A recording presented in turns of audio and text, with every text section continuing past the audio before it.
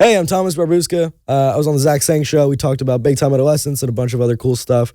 Check it out. Let's do this. Zach Sang Show. I haven't seen you in forever. I know. Where did I run into you last? I saw you out somewhere. You didn't run into me anywhere. No. Michael Gruen called me in here, and you were here. Oh my God. It was on FaceTime. Yeah, on FaceTime. And I tried to FaceTime you 3 times. I didn't get one answer. Ooh, that hurts. I sent you a fairly nice text. He tends to do that. I sent you a text because I was looking back at all my old interviews because I kind of stopped doing interviews after the Mick ended. And I watched our interview and I was like, wow, this was a great interview. And this is one of the only interviews that I watched where I wasn't like uncomfortable. And, there were good questions and they weren't like the same, questions over and over again. So I texted you. I said something really nice. Oh my God. No reply. Oh, damn, Zach. Nothing. Hello, beautiful human. Ricky is here, Dan's here, and Thomas Barbusca. Hey, hello. Dude, I really appreciate that very much. Yeah, of course. Thank you for, 1, watching yourself on our show, because we need those views. Yeah. 2, I hope you subscribe, because we need those desperately. 100%. And 3, I am the worst person at text messaging, and it's terrible. Clearly. Yeah, but it's not healthy, and then it's very anxiety driven.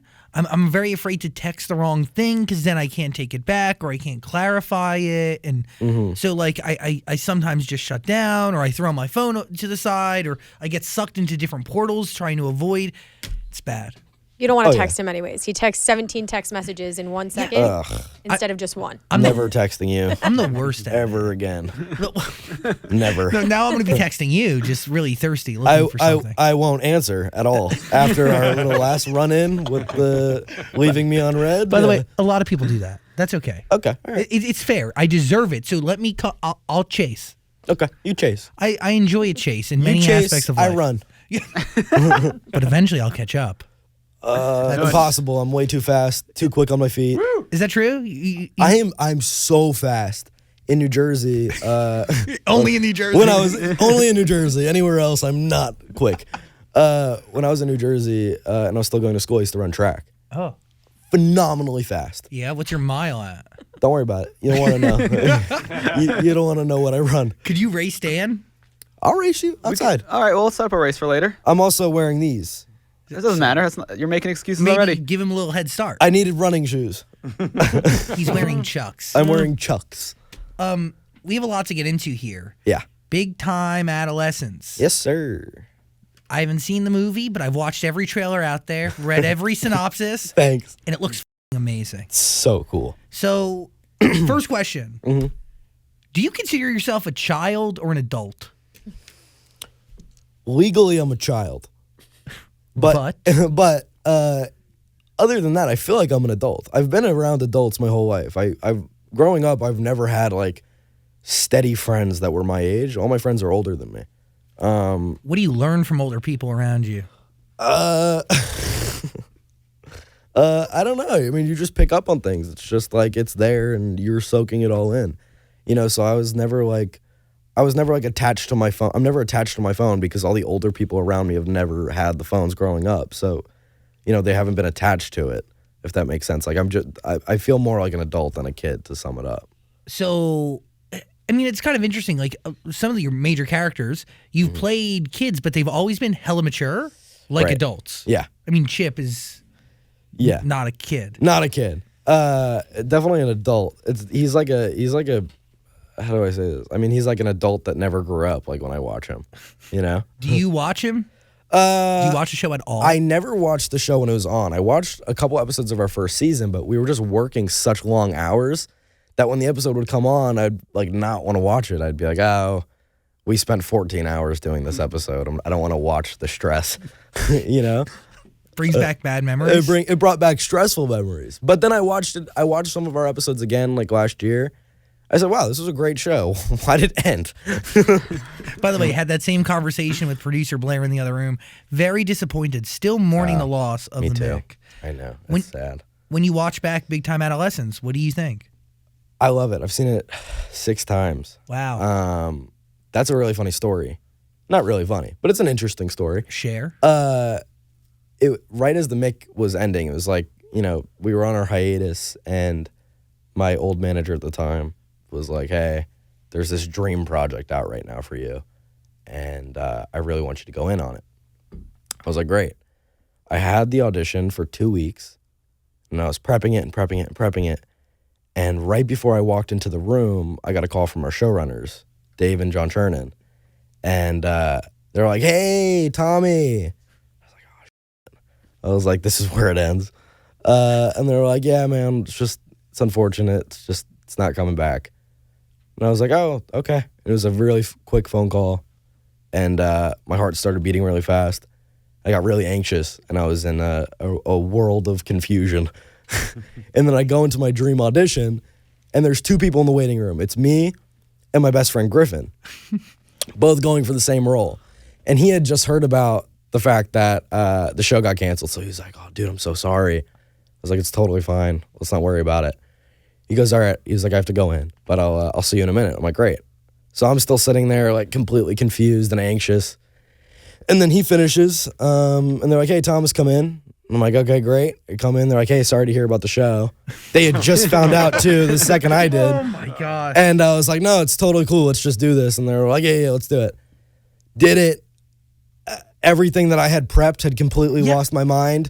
And then all of a sudden, like, I'm doing the script as if I was Chip from the Mick and just, like, completely out of character and had the worst audition ever. And Jason Orley, our director, who's, like, the greatest guy, was, like, trying to, like, put it nicely that I was doing it so wrong and not the right way. Time went by. They attached some other kid to the main role. But Jason called me. He's like, hey, I want to give you another role in the movie. I love you in Wet Hot. And I want to use you for something. And I was like, great, let's do it. Did it. The kid who was attached dropped out. And I kept auditioning for the main role again, even though it was already the other role in the movie because I wanted it so bad. I didn't get it. I just wasn't the role. And then we were talking, and he was like, yeah, but I'm auditioning like 2 people right now that I think are right for it. Some kid and Griffin Gluck. And I was like, oh, choose Griffin Gluck, please. Because we had worked together a million times. Yeah. He was on the Mick. He was on middle school with me. We do everything together.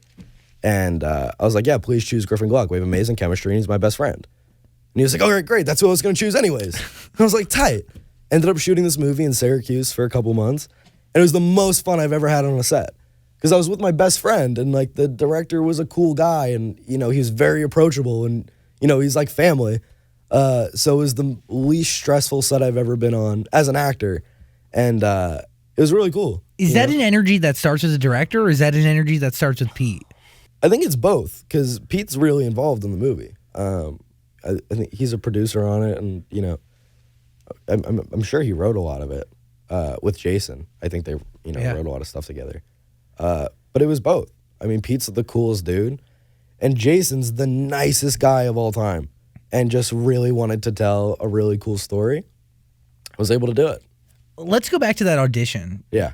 If you didn't get that news about the Mick, do you think your audition would have been different and maybe you would have gotten the lead role? No. Because when I watched the movie back, I'm just not that character. As actors, we're supposed to play people that we're not, but we typically always play other versions of ourselves. Does that suck? No, it's great. I mean, I love it. Like, Griffin in that movie does a really amazing job as Mo, the main kid, but it's also just another version of himself. And that requires a lot of acting. But for me, it's just like the douchiest version of me I can find. And I got to be able to do it and be the worst. And it's fun. I mean, I wouldn't say it's like annoying, but it's, I have the most fun playing those kind of roles. John Epstein. It was John Epstein. On IMDb, it says John Epstein. Yeah. We changed it to Will Stacy. Okay, Will Stacy. And then what's the name of your fake/real sister? Lisa. Because she's in there Stacy. too. Yeah. That came about. We were all kind of like slightly involved in it, even the cast. And Jason was like looking for other roles to fill. And I said, hey, I think it'd be really funny if we could put my sister in there. And like we can have like a little thing. And he was like, great, let's do it. I said, cool. And he goes, I'll write something up now. I was like, awesome. And he wrote her a role in it. It was really funny. We have like a lot of cool back and forth. And you look exactly alike. If I was a supermodel, Yes. yeah, we look exactly alike. Correct. She has all of your best qualities. All of my and best so qualities. much more. I have I got all the bad genetics, and all the good ones went to her. You got a special blend. I'll be better looking when I'm older. You know, right now I'm still growing into myself. I tell myself the same exact thing. But right now I'm growing out of myself. Just hoping it'll get better with time. You look amazing. Yo, sorry to interrupt. I got to talk to you about Macari. If you're like me and you got lots of stuff you no longer use, or maybe stuff that you just never used, sell it. Get it out of your life. 2020, the year of cleanse. Macari really is the best and easiest selling app out there. There's thousands and thousands of 5-star reviews. Find out for yourself. Download the app, Macari, the selling app. I sold an Xbox on it, and it was more than just easy. Like, it was stupid. Snapped a few pictures, put up a description. Once I had a seller, somebody who was interested, I got an email. In my email came a shipping label. All I had to do was print out that shipping label, tape it onto my box, and then, boom, I brought it to the mail. And then it went to them. And then money ended up in my account. It was stupid easy, stupid simple. And I'm not going to lie, I've tried to sell things on other apps, and it was just too hard. It was complicated. I'm pretty sure I sold something and sent it to someone and never even got the money.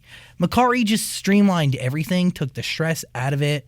If you're looking to sell something, Macari is definitely worth your time.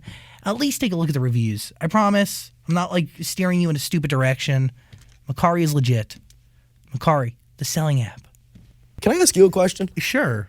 What was your inspiration for this show? Like, who were like your radio guys that you looked up to? I was really obsessed with the radio station. You're from the East Coast, WPLJ 955. Sure. That radio station, Scott and Todd, they did a radio show and they changed my life. Howard Stern, I'm obsessed with. Me too. Thousands of hours dedicated to him. Wow. He's incredible. He's like I just got into Howard Stern over the last year. welcome and congratulations, because your soul's gonna feel great. He's amazing. Yeah. That whole show was so good. It's beautifully orchestrated, but also at well. the same time so seamless, and it's the greatest Right. reality show to ever exist. Oh yeah. That's the best way to describe it. Oh yeah. I love him. But yeah, that was me on the East Coast, listening to radio, talking to myself. I used to party DJ too. No way. Yeah, dude. I used to do those 8th grade dances and Wow. graduation parties. Did you crush? Dude, yeah. I killed it. Catholic school crowds, Amazing. my bread and butter. Yeah. Let's get back to this movie, because Sure. I feel like there's a lot to be learned from viewing this movie 6 times, but I'm still hung up on this audition. How do you prepare for an audition that your agent is telling you is the role of a lifetime? See, at this time, I was maybe 14 or 15 when I was auditioning for it. So at that time, I had no worries. Like the second I turned 16, all of a sudden I had a bunch of like anxiety and like worries about everything. But at this time, I had like no worry. I didn't even know what I was doing. I just kept doing it over and over again to see how funny I can make it. But the main character's not supposed to be funny. You know, like I was so used to being on the Mick where I have to make sure everything's really, really funny all the time. And you feel those punches too. Right. To like where I'm like going into this audition talking super quick, like how I'm talking now, because I'm so used to being on this sitcom where I have to talk super fast and I have to be quick and I have to be really funny all the time and hit certain lines certain ways. And I just went in there and it wasn't the right thing to do. Auditioning for it, if I was to audition for it now, I feel like I'd do a better job, but it would still go to Griffin because he was just literally that role. He's so good at it. Would you do a better job because you've spent time out of that Mick energy, that sitcom energy? Yeah, 100%.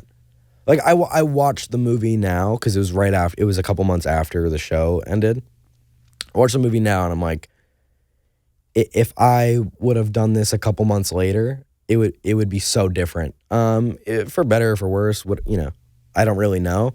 But I would have slowed down. I would have taken my time and really thought about it, rather than like I watch the movie now and I'm just seeing myself and I'm like, oh, I'm doing it way too quick. I'm doing it this way. I'm doing it that way. I'm not loving what I'm doing. But people seem to like me in it, which is cool. But I'm my own biggest critic. By the way it will probably always be. Yeah. And do you really want to get to a point where you're happy with every bit of your work, top to bottom? No. Where you watch something, you go, I have no notes for myself. Yeah, no. I always want notes. I'm always working on trying to make myself better. Yeah. It's cool. It's kind of part of the fun. Yeah, right? It keeps it interesting. Do you see how I'm like turning my body this way to grab the coffee? Yeah, it's really nice. That was super cool. Good. By the way, I'm studying you, so when we redo this, we can make this all more ergonomic or something. Yeah. I don't know. I love this show. Thank you. If I could just be a regular on this, I would.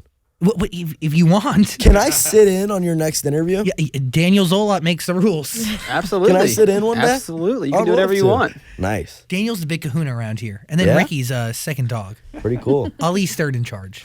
He is lying right now. He's lying straight to your face. What are you thinking over there? Is acting competitive, especially around your age? There's so many kids in the city that want the same roles. Some people are. I'm not competitive when it comes to acting at all. I've never been competitive in anything. Except for track. Except for track. And wanting to race I down. crushed. I was a killer. Insane at track. I don't know why I can't really picture you running I have except a for photo. real proof. Real proof. Wow. I'll show it to you after the show. Okay, thanks. It's not competitive for me. It's just like what I've been doing it since I'm 3. So it's just kind of like second nature. It's just life for me.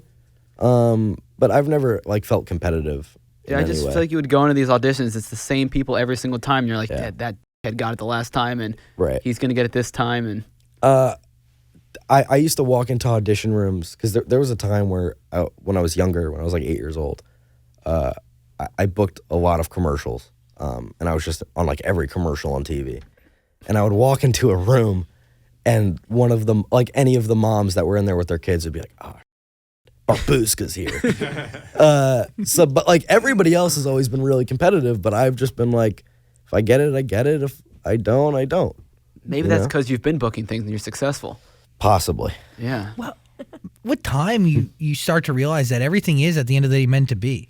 Right. You know, if a part wasn't right for you, Yeah. and the director and the casting director and all these people were deeply tied to something, like didn't think you were the one, Yeah. there's something bigger out And there. they're usually right. Like I was pissed that I didn't get Mo in Big Time Adolescence for the longest time. I remember Jason calling me and being like, "Hey, sorry, it's just like we need you for the other role. It's not going to work out for the main role." And I was crushed. I was really upset and I was mad. And like I was in Atlanta filming something and I was like walking around aimlessly in Atlanta being like, "This is the end of my life. Like I didn't get the role I wanted." Do you ask why on the phone with him? Yeah, I did. And he was just like, what he said to me at the time was, "I need you as this role because nobody else can play this role, that role." And that made me feel so great. I was like, "Oh, it's amazing. You just sweet talked me into doing this. This is amazing." What do you learn about life from this movie? Because I feel like there's a lot of gems of wisdom shared consistently, and I've only seen the trailers. Yeah, I mean, it's about a teenager whose best friend is this destructive, aimless like college dropout. It was just a terrible influence. So I mean, to me, it's like I've always, when it came to friends, I've always kept a really small circle, just to people that I really trust and I really love. And I think in this movie, it's like I'm trying to find words to describe it with. I mean, I don't really know. Like every time I watch it, I have a different opinion about it. What was your last opinion? I remember watching it and just saying this movie is beautifully structured and not structured like any other movie I've ever seen. Because it's super real. It's the first, in my eyes, the first coming of age movie that's super real and not like, like a amazing happy ending and like some crazy love story. It was just really real. And I appreciate it much more rather than, some like weird coming of age movie where he gets the girl of his dreams, and he's like a millionaire. It's just like a real movie. It's just cool. How has your thoughts changed from the first time you watched it to the last? The first time I watched it was at a private screening at UTA. And it was me, Griffin, my sister, and a bunch of the cast. I watched it and I was just really excited to see it because we were all really excited to see it. And it's like all of our favorite projects that we've ever worked on. And I didn't really have a strong opinion on it yet. And then the second time I watched it was at Sundance. Watched it at Sundance and I said, okay, this movie's really great and I don't really know what to take away from it yet. And still when I watch it, I don't know what to take away from it yet because there's so many thoughts I have when I watch it. But But I don't know, man. You have to watch it. You got to see it. I'm really excited. You just sold me. Thank you so much. In a big way. Thank you. By the way, the trailers do a good job too. We're going to put a link in the description. I believe it's coming out March 20th. Yes, Hulu. March 20th on Hulu, March 13th in select theaters. How would you describe your character? Oh Jesus, he I don't know. He wears Osiris sneakers. He's known by all, respected by none. Listens to DJ Khaled and says Exclusively? yeah, and says it's lit all the time. He's the worst kind of person. Sounds pretty terrible. Awful. So what exactly is your dream role? Because you said that Mo was like a dream role for you. But then you realized that you wouldn't really be able to play that character. Yeah, a dream role is to me. I mean, there's so many different kind of dream roles. Like every time I watch a new movie, I have a different, dream role. Like I watch Wolf of Wall Street, which is my favorite movie ever. You want to be Jordan Belfort? And I'm like, I want to be Jordan Belfort really bad in a movie. And then I watch like Train Spotting, and I'm like, no, I want to be him. And then I watch, like Mad Men. I'm like, I want to be Don Draper. I don't know. Every day is like a new dream role. I think for me, it's just doing something really different that I haven't done before that I know I'd be able to do well. That's kind of my dream role. But there is a balance to that and still needing to pay the bills. Right. Because Right. you're not green and you play one type of character really well. Yeah. And that character is in every middle school or high school in every TV show. Yeah. Right. That's something that kind of, was happening after the Mick ended and I was done with Big Time Adolescence is that, I was like waiting around for the perfect role for so long. And then eventually my mom was like, we can't wait around this long for something, And I'm like, yeah, you're right. And I started doing things that were great, but they weren't like what I really wanted to be doing. And honestly, just up until Chad was like the first thing I've done in a while that I really, really love. Chad is so different. It's so funny. It's something, another one that I've never seen, but I've just watched a trailer 3 times. Yeah. Hilarious. It's so funny. I don't even know how to describe that one either. It's great. Like I had a really bad breaking character problem on the Mick because everybody was so funny.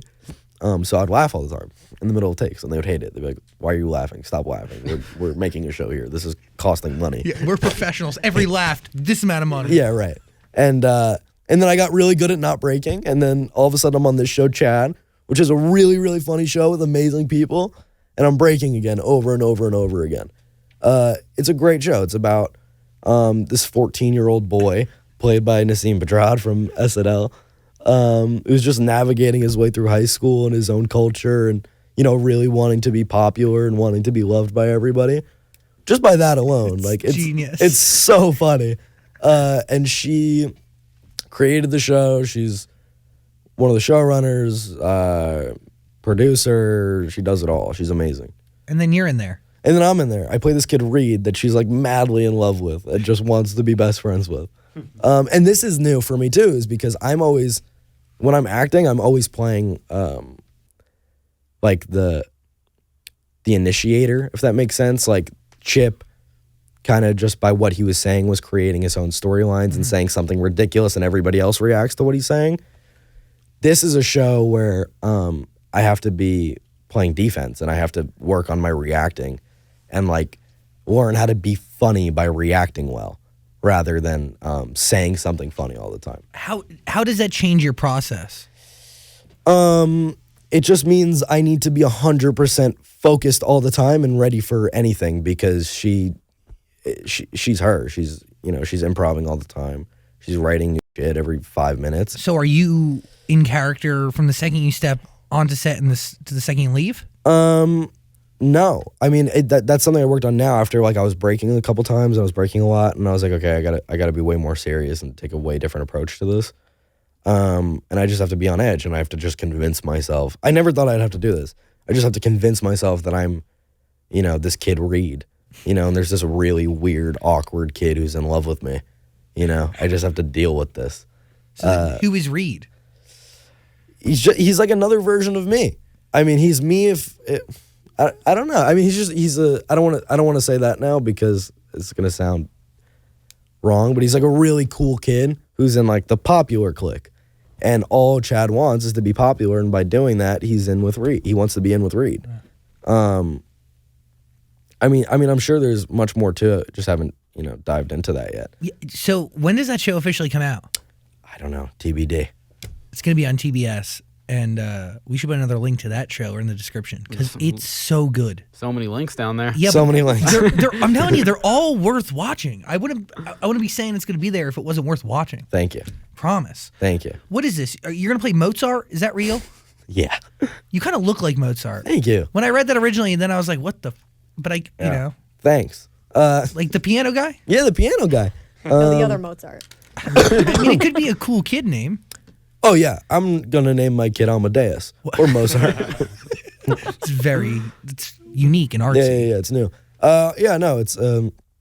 It's I don't know too much about it, about the show in general. It's I know Paul Scheer has something to do with it, and I was told I don't know, like the Russo brothers have something to do with it, which is kind of cool. It's about an iPod, from what I read. Yeah, and like each episode, I think they go to different periods of time with like a legendary musician, and they spend time with that musician to like help their own music. I believe I haven't seen all that. I haven't read Can any you of the do other your scripts but Mozart mine. voice? This is it.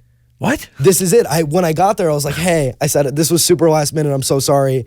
How do you want me to talk? How do you want me to act? Yeah, like Old English or something is what I'm Yeah. expecting. And our writer was like, oh, dude, just be you. And I was like, oh, tight. It's basically if Mozart was Jordan Belfort. This is another thing that was so amazing. I was so happy to do this. It's like crackhead Mozart. And it's the funniest show that I've been on in a really long time, obviously, besides Chad. It's so great. Wow. And the other two actors in it are really funny too. Have you shot it? Yeah, I shot it a couple months ago, and I had the makeup and the wig, and I had heels on. Oh, wow. Yeah, it was a lot. It was so cool. How'd the heels feel? Terrible the first 2 days. Third day, I'm killing it. I wear heels every damn day. You get it. By day 3, I thrive. By day 3. The confidence sets in. Yeah, third time's a charm. Wow. Yeah, Mozart. it was great. I really see it. I got to do coke, fake coke on the show. That was cool. I got to smoke opium and do all those fun things. Got to do a lot of fake drugs on the set. I mean, if we're being honest, I would rather watch crackhead Mozart than regular Mozart. Of course, 100%. Way more interesting. Yeah, Wow. that was a really fun show. Do you have to study Mozart before? I found out I was officially doing it like 2 days before, so I went to go watch the movie Amadeus, and I just never got around to it, and I felt like, and I was like, oh, I'm gonna be so unprepared. This sucks. I was ready to apologize to everybody when I got on set. I'm like, I don't know why you picked me, but then I got there, and they're like, no, just do you, be you, and I'm like, great.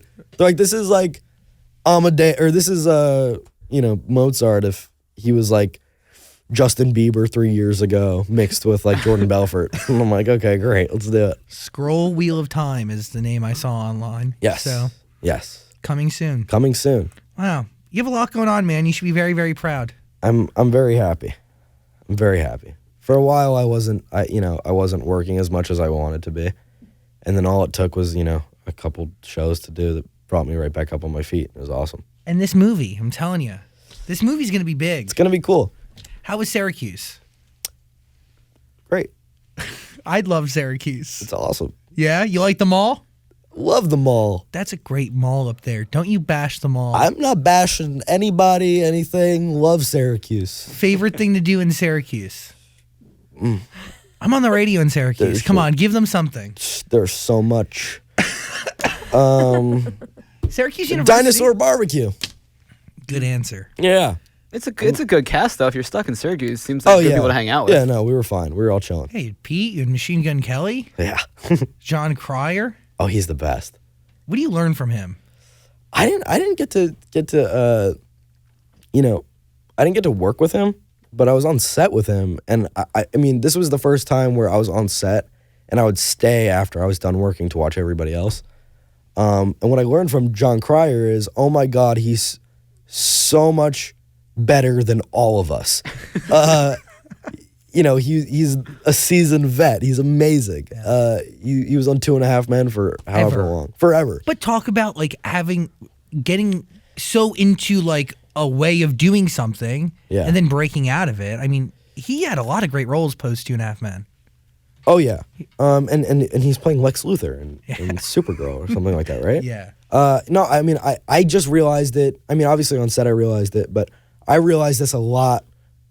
I watched it again yesterday at a screening, and I was like, oh my God, Jon Cryer's amazing. You can't even put it into words. If you just watch him, you're like, oh my God, he's not even acting. And he's obviously acting. But you're like, oh my God, this guy's not acting. He's amazing. It's everything he does, his hand movements, you know, his face. It's great. He's a real dad. Real dad. Final thoughts, everybody? Final thoughts? What do we think? I just know nothing about movies. Okay. So, like, you got your sister apart. Does, like, Pete just get Machine Gun Kelly in there because they're good friends? Is that how a lot of this stuff works? Doesn't Machine Gun Kelly act he's an outside of this actor. movie? He is an Yeah, actor. he's done a lot of acting. But I know if Pete was like, hey, I want, you know, him in the movie. I don't know how that came about. I mean, I'm sure. Yeah. You know, I'm sure they were talking about it big, hey, it'd be great to get my best friend in here, you know? Is it ever, though, like, is it hard to act with your friends because it's like people you make jokes with and... It depends what friend. Yeah. See, I met Griffin acting, you know? So for us, it's really easy, and it's just the second we're together, it's go time. But, you know, any of my other friends who's been like my best friend for 5 years, then we get on screen, it would probably be pretty hard to act with them, you know? Mm-hmm. It'd be really hard not to laugh, no matter what the situation. Yeah, I feel like I couldn't take my friends seriously if they were trying to play a character. Oh, definitely not. Like, Well, yeah, good thing they're professionals. Yeah, right. What is this? You want to work with Noah Centineo? I've known Noah for a really long time. We both came to LA around the same time, and his last name is my aunt's last name. So we bonded over that when we were younger. Are we cousins? Maybe. Maybe, possibly cousins. Ancestry.com. Hello. I know.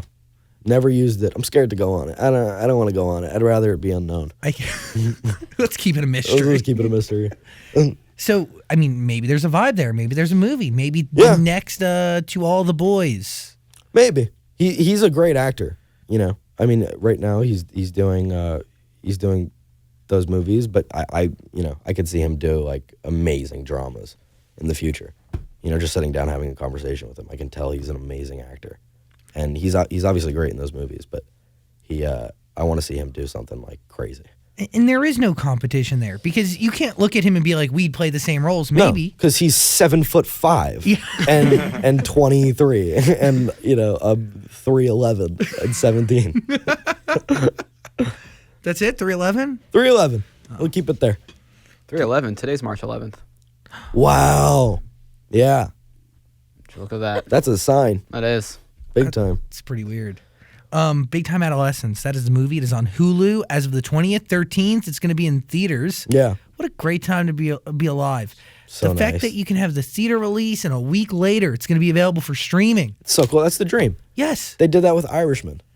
Which, by the way, I saw Irishman 4 times. What? Yeah. Dude, that's like 24 hours of watching That's movies. almost 24 hours of watching that movie. Hold on. Yeah. So, obviously, you're into movies. Love movies. What are you watching for first time out? So, I went to the theater to watch it the first time with my dad and, our cousins. And, my dad grew up in Brooklyn in the 60s, 70s, so, like, he understands that whole thing. Yeah.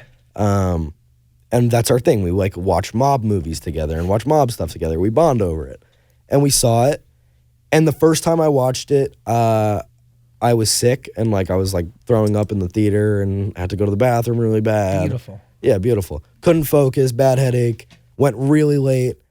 And my friend texted me, he's like, hey, did you see The Irishman? And I said, yeah, I liked it. And he was like, no, you need to love it. We're going tonight. And I was like, oh, shit, okay. So we watched it again, loved it. Okay. I thought it was amazing. New appreciation without the fog of vomit. Yes, without the vomit, without the headache, without all the gross stuff going on. Watched it again, loved it. And I think every movie needs to be seen twice. And the first part didn't count. So you go again. So I go again, loved it even more, saw a bunch of stuff I didn't see, before that. And then I watched it again when I was home with my family. and loved it even more. It's my favorite movie right now. Are you watching to learn? Are you watching out of enjoyment? Because at this point, you know what's coming next. Yeah, watching to learn, as an actor and, hopefully future filmmaker and, all that stuff. Watching Martin Scorsese's stuff top to bottom over and over and over again. Oh, my God. He's amazing. Who knew? And like Robert De Niro is insane in that movie. And Joe Pesci. I didn't realize how amazing Joe Pesci was the first time. Watched it the second time. I was like, okay, this guy's pretty good. And then by the fourth time, I was like, he's the star of this movie. What did you think of the effects? It bothered me a lot the first time. By the second time and third time, I was like, oh, okay, it's fine. The fourth time, I didn't even notice. How do you, what makes a good movie to you? An honest movie, to me. Like, obviously, if it's not like a stupid comedy. Yeah. Like, if it's like an actual movie, it needs to be honest and real. Do you want to get lost in it? Is that what you're kind of saying? Yeah. I don't want to feel like I'm watching a movie. Yeah. I want to see like nuances. I want to see things that you don't see in anything else. I don't want to watch a scene and be like, oh, he's doing what, De Niro did in Raging Bull. I want to see something different and good. That's what makes a good movie to me. Is it harder to watch movies now that you've worked on the set of them? It's hard to watch comedies. Because that's what you've really... Yeah, a lot of people don't in. realize that a lot of the comedies that are out are really not funny. And we're just like programmed to be like, oh, this is hilarious. No, but it's true because real talk, like no matter what set you work on, like especially like a comedy TV show, everybody on set is laughing at the dumbest, like tiniest little thing. Yeah. They're amping each other up. Right. And then the laugh track goes in there. Yeah, right. And it just, like, when you hear the laugh track, you're like, oh, this is funny. I need to be laughing. Ha, ha, ha, ha. I must join them now. Yeah, right. I don't know. I feel like I don't really watch TV. I think the funniest show on TV now and for the last like 15 years has been Curb. That's my favorite show. Of course. But other than that, I can't name, a bunch of funny shows. Is improv something you like to do? It's something I like to do. I try not to do it if I'm working with really great material because then it's like, why am I improving?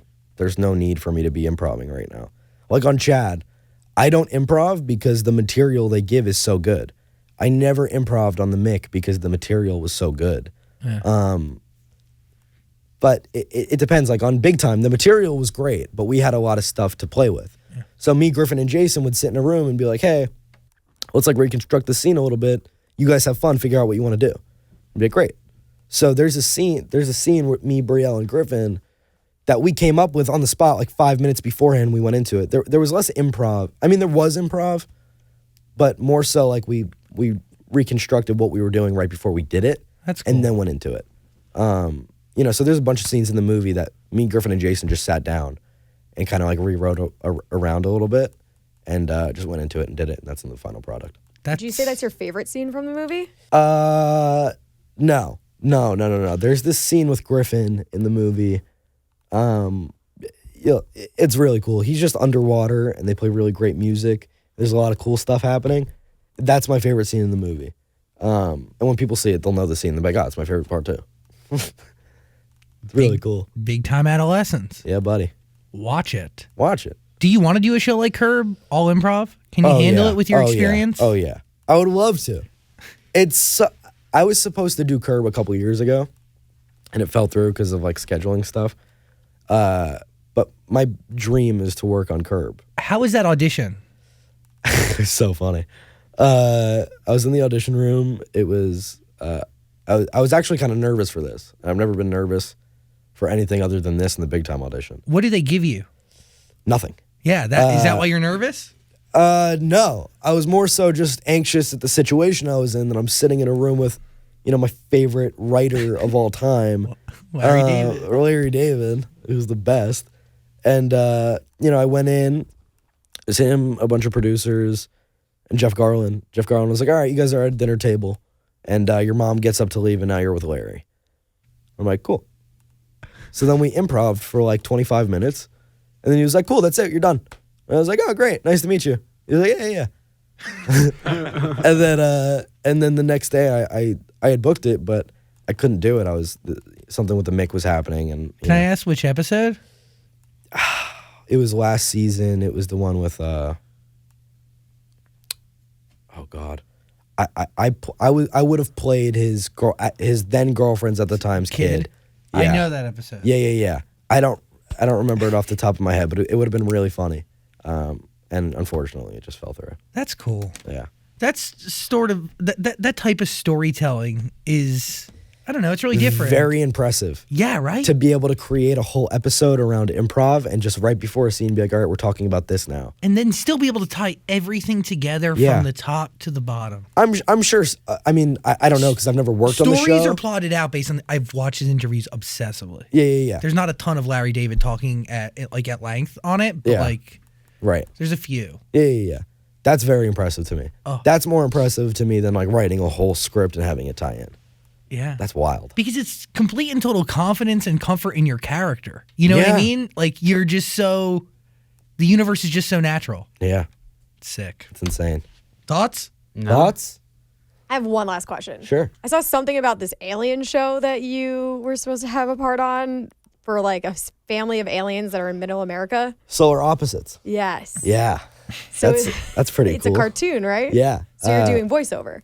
Yeah, I don't want to get it wrong. I believe it's the people from Rick and Morty, and I think there's some Mick writers on there. I was told. I don't want to be wrong, but I heard that Matt and Dan Libman are on that show, and they worked on the Mick, and it's really funny. I'm really excited for that, just as a show in general. It's awesome. So do you have like a reoccurring like character? that's on the show? Yeah. There's a bunch of them. I do a couple different voices on there. Oh, okay. Yeah, but that's a really fun show. How different is that from just doing like the Mick or doing a movie? It's so different. When I was younger, I didn't realize how important it was to be different in everything you do, which I'm learning now. Diversify. Yes. And, it's just like it's just like another thing where I have to be a completely different person than, what I was doing the last time, or at least like a different version of myself, So you can relate to an alien. I can relate to an alien. Another version of you. Yeah. Okay. I can relate to about everybody. Is that a talent? I think so. I think so too. Yeah, you can find yourself in everybody. Yeah. Just a little bit. And that's all you need. Just a little dash. Just give me a little seed. I'll turn it into a tree. Yeah. Oh, actually, I do have a question since you love movies so much. How do you Yes. feel about what Martin Scorsese had to say about like superhero films? Do you remember when he said that? Yeah. I don't know. Superhero movies are great. I would love to do one. But I know what he means by, I understand what he's saying. But I would love to do a superhero movie. I would love to be Spider-Man one day. Yeah, I can see that. Yeah. I could do it. Yeah, totally. Why not? What about is live action Peter Pan 2 on the nose due to that Geico commercial? I would love to. It'd be so great. Reprise your role. Yeah. I would love to do something like that. Like, to me, characters that are like really messed up versions of the originals are so funny and always have been. Let's do a crackhead Peter Pan. Pitch it up. All right. Pitch it up. We'll write it. Give me 13 years. Getting in this theme of crackhead roles now. Yeah. Crackhead That's- Mozart. that's my, crackhead Peter Pan. Yep. It's my trademark. There's a recurring theme, and you're Yes. trying to develop a brand, and we're here for it. Yeah. Thomas Barbusca, did you get your answer to your last question? Kind you? of. Yeah. Yeah, kind of. Yeah. I love superhero movies and I love Martin Scorsese. Beautiful. Big time Adolescence. Watch it. Watch it. Thomas, thanks for hanging, man. Thank you. Thank you. Appreciate you deeply. Appreciate it. Thank you for having me. You're awesome. You're awesome. Hey, beautiful human, thanks for watching our full interview, but I get it. Like, a full interview is a lot. So we got a clips channel. We don't expect you to watch the full thing anymore, so we just gave you the highlights. Please subscribe and notifications and all that stuff. Okay, cool. I love you.